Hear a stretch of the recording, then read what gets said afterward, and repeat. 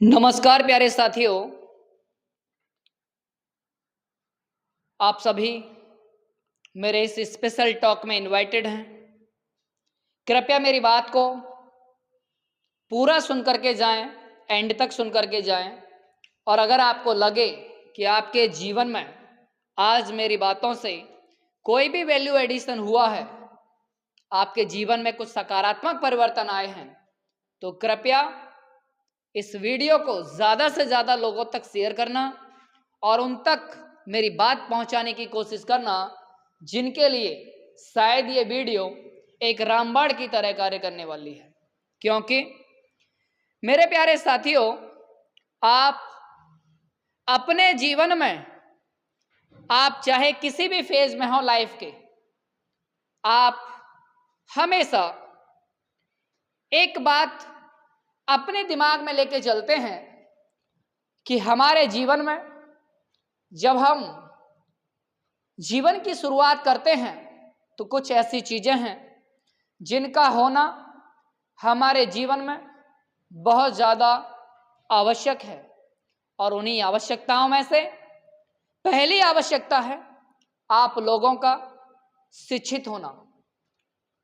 आज के समय में हमारी शिक्षा व्यवस्था के द्वारा जो भी स्टूडेंट बेहतर ढंग से स्टडी करता है, वह स्टूडेंट समाज में एक प्रतिष्ठा पाता है और वह स्टूडेंट अपने जीवन में बहुत सी उपलब्धियां हासिल करता है।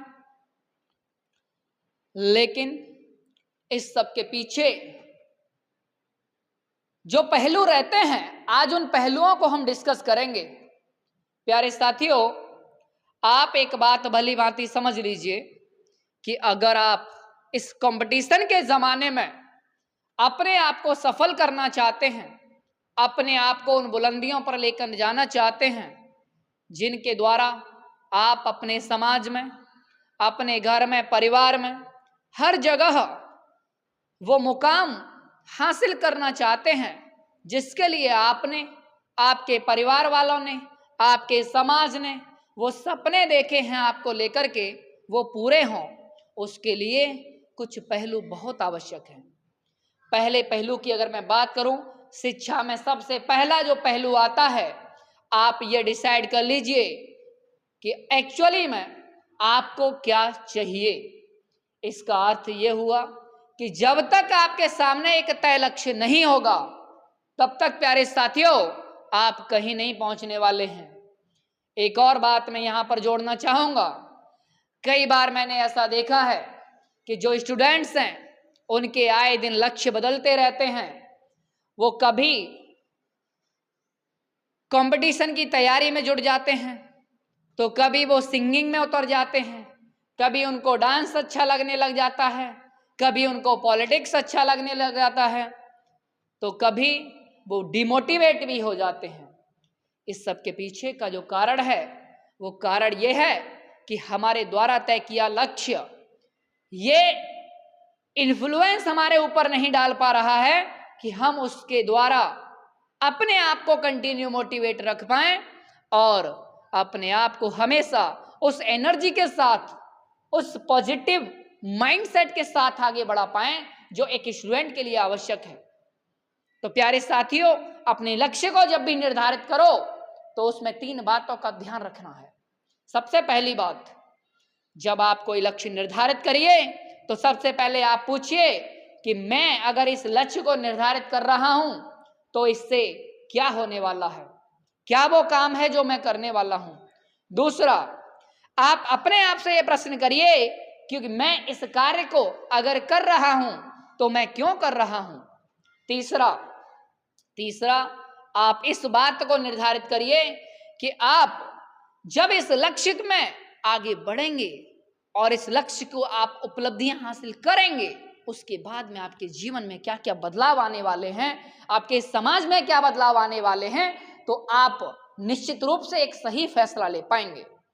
प्यारे साथियों, जब आपका लक्ष्य निर्धारित हो जाए, उसके बाद में अगला जो कार्य बन जाता है वो ये बन जाता है कि जो मेरा लक्ष्य निर्धारित किया है उसके अकॉर्डिंग मैं आज कितना सक्षम हूं, क्या मेरी कमियां हैं, क्या मेरी ताकत है, क्या वो ऐसे पहलू हैं जो मुझे मेरे लक्ष्य तक ले जाने में मदद करने वाले हैं, उन पर भी हमें गौर फरमाने की जरूरत है।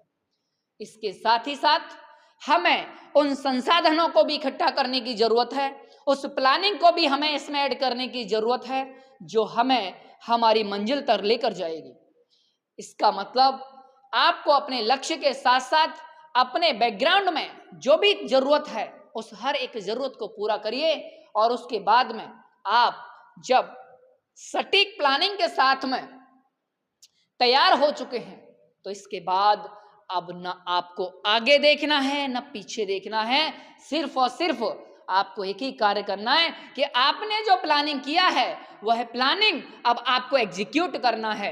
और जब आप ऐसा करेंगे तो आप समझ लीजिए कि आपके प्लान के मुताबिक आप अपनी कमजोरियों को दूर करेंगे, आप अपनी ताकत पर और ज्यादा प्रहार करेंगे, और जिससे आपकी ताकत और ज्यादा निखर करके आपके सामने आएगी। और इसके साथ ही साथ जब आप उस फील्ड में कोई भी कदम आगे बढ़ाएंगे तो निश्चित रूप से आप सफल होने के लिए तैयार हैं।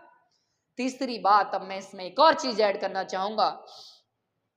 कई बार ऐसा होता है कि जब हम लक्ष्य की प्राप्ति की ओर निकलते हैं तो हमारे मार्ग में बहुत सारी बाधाएं आ जाती हैं, बहुत सारी रुकावटें हमारे मार्ग में आ जाती हैं। ये रुकावटें हमारे मार्ग तक पहुंचने में हमें हमेशा ये कोशिश करती हैं कि ये व्यक्ति भटक जाए, ये व्यक्ति अपने मार्ग से विचलित हो जाए और ये व्यक्ति कभी अपनी मंजिल तक ना पहुंचे। तो ऐसी चीजों के लिए भी हमें अपने प्लान में इंक्लूड करना है कि हमारी प्लानिंग के मुताबिक ऐसी कोई चीज मुझे आने वाले भविष्य में बार बार डिस्टर्ब ना कर जाए। अब आप पूछेंगे कि सर ऐसी क्या चीजें हो सकती हैं, तो मैं आपको बताना चाहूंगा आज के इस मॉडर्न जमाने में जो मैं देख रहा हूं इतने सालों से, जो मेरा एक्सपीरियंस रहा है, उसके आधार पर मैं ये कह सकता हूं कि मेरे प्यारे साथियों, आज के समय में सबसे घातक अगर कोई चीज है तो ये आपका मोबाइल फोन है, जिसका इस्तेमाल करना आपको सही से नहीं आया है। दूसरी अगर कोई घातक चीज है तो वो है आपका फ्रेंड सर्कल। जिस फ्रेंड सर्कल में आप अपने को रख रहे हो वो फ्रेंड सर्कल भी आपके लिए बहुत बड़ा एक तरह से डिस्ट्रैक्शन पैदा कर सकता है, रुकावट पैदा कर सकता है। क्योंकि अगर वो फ्रेंड सर्कल आपके विजन से अगर मैच नहीं हुआ, आपके मिशन से अगर मैच नहीं हुआ, तो वह आपका आने वाला लक्ष्य पूरी तरह से खत्म कर देगा। इस बात में कोई दो राय नहीं है। तो प्यारे साथियों, इस बात को भी गांठ बांध लो कि जब भी आपकी संगति हो तो संगति ऐसे व्यक्ति से हो जिस व्यक्ति में आपके विचार मिलते हों, आपके मिशन मिलते हों, आपका जज्बात मिलते हों। ऐसे व्यक्ति को अपने जीवन में ऐड करिए।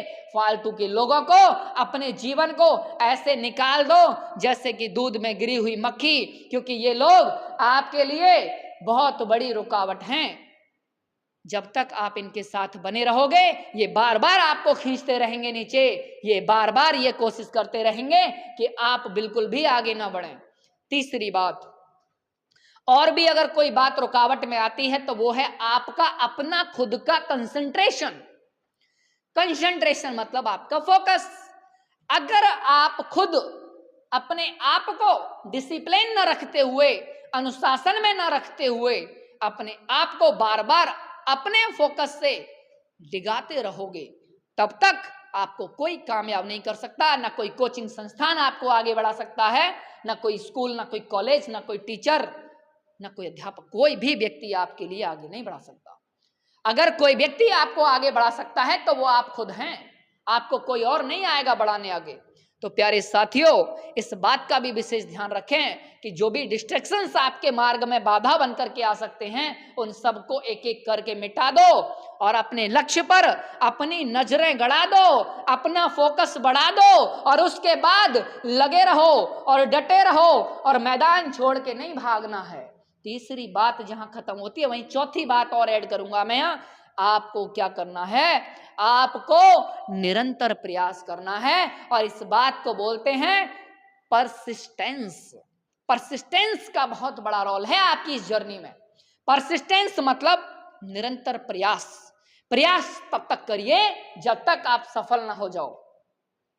एक रेफरेंस के तौर पर मैं आपसे बात कहूंगा, स्वामी विवेकानंद जी ने एक बार कहा था कि अगर आप अपने जीवन में कभी भी कुछ लक्ष्य निर्धारित करते हैं तो उसे पाने के लिए आप तब तक मेहनत करिए, तब तक अपने आप को खपाए रखिए जब तक कि आपका लक्ष्य आपको हासिल ना हो जाए। तब तक नींद, चैन, सब कुछ आप त्याग दो। अपने मन, मस्तिष्क, अपने शरीर के हर एक हिस्से को, अपने जीवन के हर एक आयाम को उस विचार में डुबा दो और अपने को जब आप ऐसा फील करते हुए पाओगे तो समझ लेना कि अब आप सफल होने के लिए तैयार हो गए हो। तो प्यारे साथियों, ये वो चीजें हैं जो आपको आगे बढ़ने में मदद करेंगी। आपने एक कहानी तो सुनी होगी, कहानी खरगोश और कछुए की कहानी। एक बार की बात है, खरगोश और कछुआ एक बहस में उलझ जाते हैं और उसके बाद यह डिसाइड होता है कि क्यों ना कल एक कंपटीशन हो जाए। और कंपटीशन किस चीज का कंपटीशन हो रहा है? कंपटीशन हो रहा है रनिंग का कंपटीशन, दौड़ प्रतियोगिता ऑर्गेनाइज होनी है। तो यहां पर सब लोगों ने मिलकर के दौड़ प्रतियोगिता के लिए अगले दिन को डिसाइड कर दिया कि भाई उस दिन आपका दौड़ प्रतियोगिता होनी है। दोनों के दोनों खिलाड़ी मैदान में आ गए, इधर खरगोश उधर कछुआ। जब दोनों लोग मैदान में आए तो दौड़ने की प्रक्रिया जैसे ही शुरू हुई तो आप अच्छे से जानते हैं कहाँ खरगोश कहाँ कछुआ, दोनों की क्षमताओं में जमीन आसमान का फर्क है।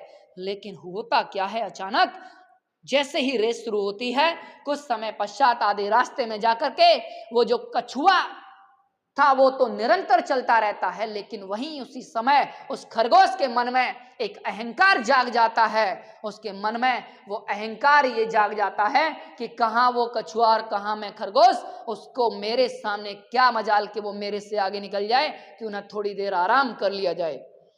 और ऐसा करने के लिए वो जाकर के थोड़ी देर ठंडी हवा में सो जाता है और अचानक से उसकी आंख लग जाती है। और ऐसा होने के बाद तो आप जानते हैं, इतिहास गवाह है, धीरे धीरे धीरे धीरे कछुआ अपनी मंजिल तक पहुंच गया। और वहां पहुंचने के बाद जैसे ही उसका भव्य स्वागत हुआ और उसकी जीत की गड़गड़ाहट की तालियां जब उसके कानों में सुनाई दी खरगोश के, तो वो हड़बड़ा करके उठा और उसने देखा कि पता नहीं क्या हो गया, ये इतना शोर शराबा कैसे है। तो जब वो वहां दौड़ के भागते हुए पहुंचा तो उसने देखा कि यहां तो एकदम अचंबा हो गया। क्यों? क्योंकि वहां तो खरगोश खरगोश खरगोश जो जीत सकता था उसकी जगह पे कछुआ जीत गया। भाई क्यों जीत गया? अब इसका कारण समझे। कहानी तो सुनी आपने, लेकिन कहानी से सीखने की जो बात है वो ये है, प्यारे साथियों, चाहे आपकी क्षमता जो कुछ रही हो, इस बात से कोई फर्क नहीं पड़ता है। फर्क अगर पड़ता है तो इस बात से पड़ता है कि आप कितना शिद्दत के साथ, कितनी मेहनत के साथ, कितनी लगन के साथ अपने उस लक्ष्य के प्रति समर्पित रहे और लगातार लगे रहे। ये बात डिसाइड करती है वेदर यू विल सक्सीड और नॉट। ये बात ये डिसाइड करेगी। नेक्स्ट, तो इससे ये पता लग जाता है कि अगर कोई व्यक्ति अपने जीवन में सफल होना चाहता है तो वह व्यक्ति अपने जीवन में सफल तभी हो सकता है कि जब वह व्यक्ति अपने जीवन में निरंतर प्रयास करता रहे। तो मेरे प्यारे साथियों, इस बात का भी विशेष ध्यान रखिए, अपने जीवन में आप निरंतर प्रयास करते रहिए। अगर आप ऐसा नहीं करते तो आपके लक्ष्य को आप हासिल नहीं कर पाओगे। जैसा कि हमारे क्षेत्र के क्या कहें, मैं कहूंगा कि ज्यादातर हमारे देश के लोग इसी वहम में जीते रहते हैं कि रातों रात अचानक से कोई जादू घटित होगा और सपने ऐसे सच हो जाएंगे जैसे कि कोई जादू आ गया है, कोई अचानक से हमारे लिए करके रख गया। नहीं होगा भाई, ऐसे नहीं होता है। हर चीज का एक प्रोसेस है, उस प्रोसेस से आपको गुजरना पड़ेगा। वही प्रोसेस आपको पूरा अपने जीवन में उतारना पड़ेगा, हर एक आयाम में उतारना पड़ेगा, तब जाकर के आप भी उस सक्सेस का आनंद ले पाओगे जो बहुत लोगों ने लिया। लेकिन चूंकि भाई सीधी बात है, हर एक चीज की एक रेसिपी होती है। अगर आप चाहते हैं कि आप स्वादिष्ट सा पनीर खाएं तो पनीर बनाने के लिए आपकी एक पर्टिकुलर रेसिपी है। आप ये कहें कि मैं पर्टिकुलर रेसिपी लगाने के बाद में उसी रेसिपी का पनीर खाऊंगा, ये साफ का सत्य है। लेकिन आप कहें कि मैं भाई साहब सारे तौर तरीके अपने तरीके से लगाऊंगा, कभी पनीर पटक दूंगा तो कभी मिर्च लगा दूंगा तो कभी मसाला लगा दूंगा और उसके बाद मैं उम्मीद करूंगा कि स्वाद बेहतर आ जाए, उम्मीद है। आप कर रहे हैं, ऐसा हो सकता है? नहीं होगा भाई। कारण है आपने क्या किया, आपने अपने मन मुताबिक किया, रेसिपी के अकॉर्डिंग किया ही नहीं, नियम कानून लगाया ही नहीं। आप तो वहां चल रहे थे जहां पर कोई जादू हो जाए।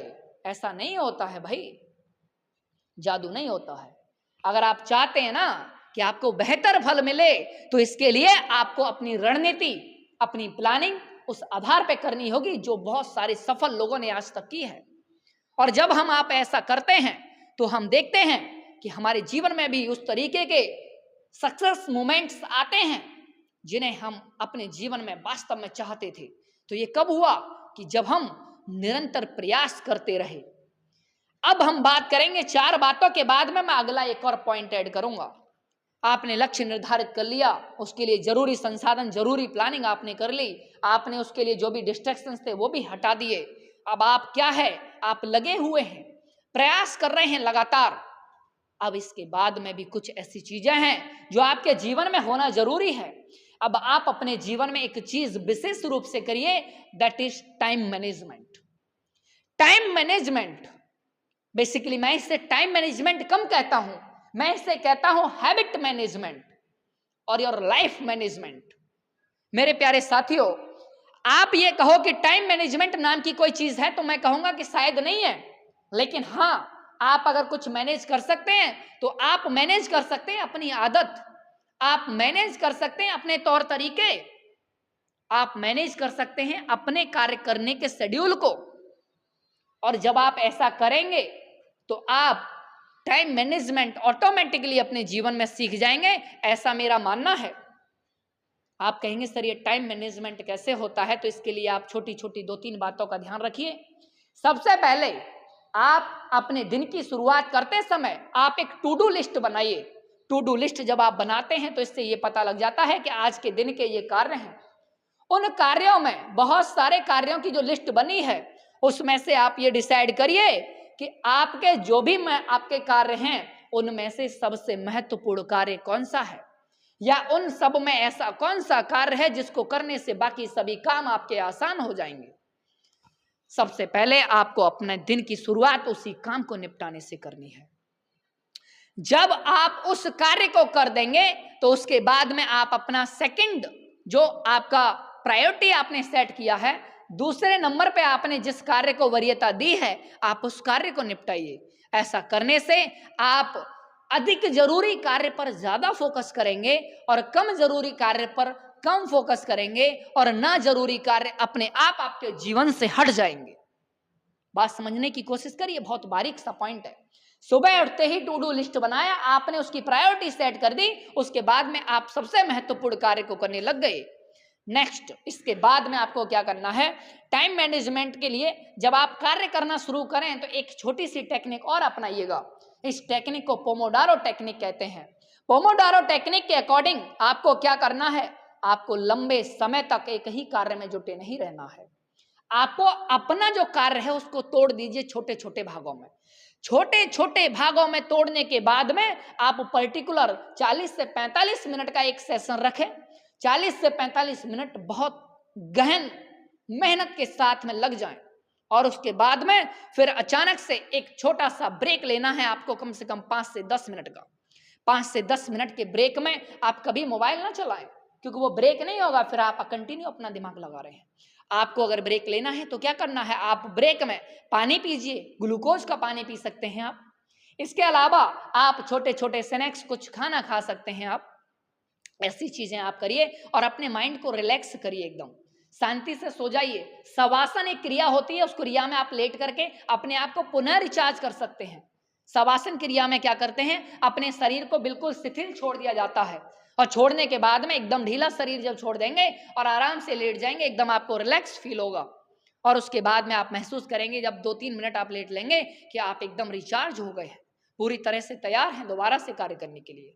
अब अगेन आपको वही 40-45 मिनट वाली क्रिया इसी फेज के आधार पर 3 से 4 से 4 से 5 बार आप इसे दोहरा दीजिए। काम करिए, ब्रेक लीजिए छोटा सा, फिर से काम करिए, फिर से ब्रेक लीजिए। इस तरीके से आप देखेंगे आपका जो प्रोडक्टिविटी है, आपका जो कार्य क्षमता है वो बढ़ गया है। और आप देख रहे हैं आपके जीवन में जो कार्य करने का जो आपका आउटपुट आ रहा है वो बहुत बेहतर आ रहा है और आपके जीवन में बहुत बढ़िया बढ़िया से रिजल्ट आ रहे हैं। ये एक अच्छी टेक्निक है टाइम मैनेजमेंट करने के लिए। बाकी मैंने आपको एक टू डू लिस्ट का कंसेप्ट भी बता दिया, एक आपको पोमोडारो टेक्निक बता दिया। इन दोनों की हेल्प से आप अपना टाइम मैनेज कर सकते हैं। ठीक है, नेक्स्ट एक आखिरी चीज और मैं इसमें ऐड करना चाहूंगा अभी फिलहाल के लिए, कि आप अपने जीवन में ना थोड़ा सा अपने सुबह के डेली रूटीन को थोड़ा सा मेरे अकॉर्डिंग कर दीजिए। क्या करना है? डेली रूटीन के मुताबिक आपको सुबह उठते ही सबसे पहले कोशिश ये करनी है कि आप सुबह जल्दी उठ जाएं। कारण है, जब हम जल्दी उठते हैं तो उसके हमें दो बहुत बड़े फायदे मिलते हैं। सबसे पहला बड़ा फायदा तो यह है कि उस समय वातावरण बहुत शांत है, वातावरण बहुत शुद्ध है, और अगर इतना शांत और शुद्ध वातावरण है तो उसका आप आनंद ले सकते हैं। उसमें आप व्यायाम करिए, उसमें आप प्राणायाम करिए तो आपको बहुत बेनिफिट मिलेगा। दूसरी चीज, आपको सुबह उठने के बाद में क्या करना है? सुबह उठते ही आपको गर्म पानी पीना है, जितना आप पी सकें उतनी क्षमता के अनुसार। गर्म पानी पीने के बाद में आप अपने आप को स्वच्छ करने के लिए शौच वगैरह के लिए आप जाएं, और उसके बाद में जब आप इन सब क्रियाओं से फ्री हो जाएं तो अपने आप को एक्सरसाइज पे लगा दीजिए।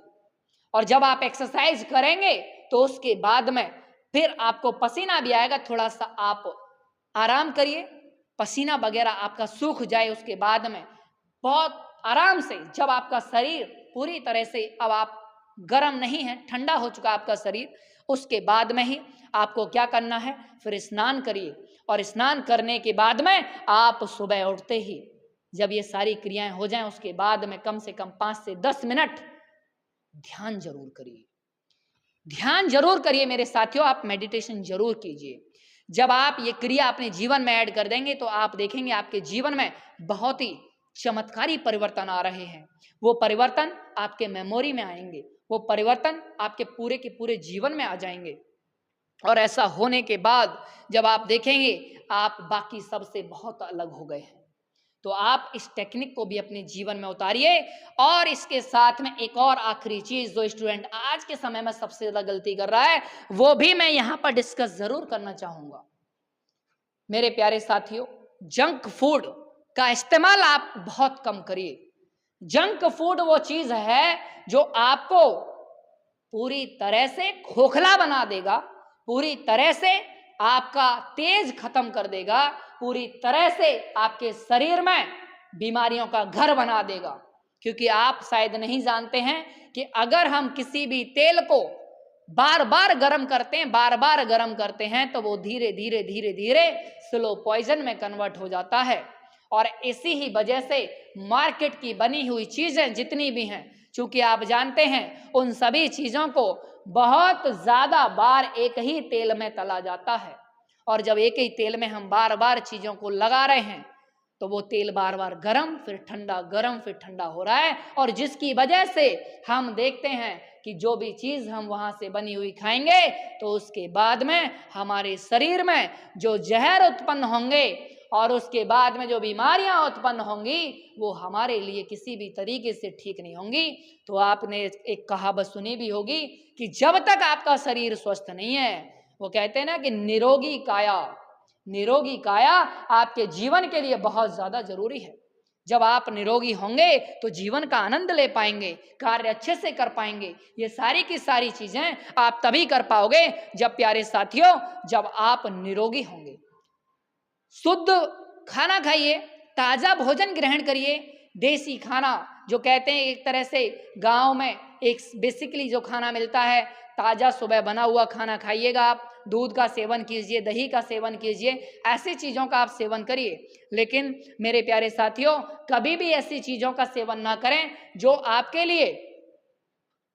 लिए आने वाले भविष्य में बहुत बड़ा कोई ना कोई अभिशाप देके चला जाए।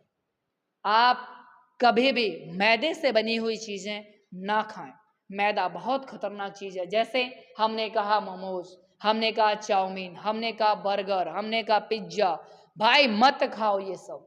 इससे एनर्जी नहीं मिलती है, इससे केवल जीभ का स्वाद है जो क्षण भर का है। आनंद में नहीं जीना है भाई, पर्पज के साथ जीना है।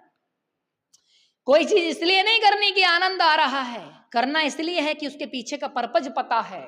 जैसे हमने कहा कि हमने मूवी देखनी है क्योंकि आनंद आ रहा है, हमको पढ़ाई नहीं करनी है क्योंकि आनंद नहीं आ रहा है। लेकिन हम यहां एक चीज भूल गए, मूवी को देखने के बाद आपका कौन सा पर्पज हल हो रहा है, मुझे आप ये बता दो, तो आप समझेंगे कि पढ़ाई करने के बाद में आपका पर्पज हल हो सकता है, मूवी देख के पर्पज हल नहीं होगा।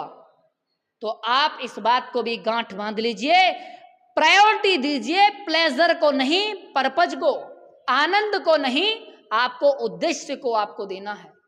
प्रायोरिटी किसे देना है? आप पहले अपने उद्देश्य को प्रायोरिटी दें, उसके कारण को जानें, तब जाकर के आप उसके बारे में कदम बढ़ाएं।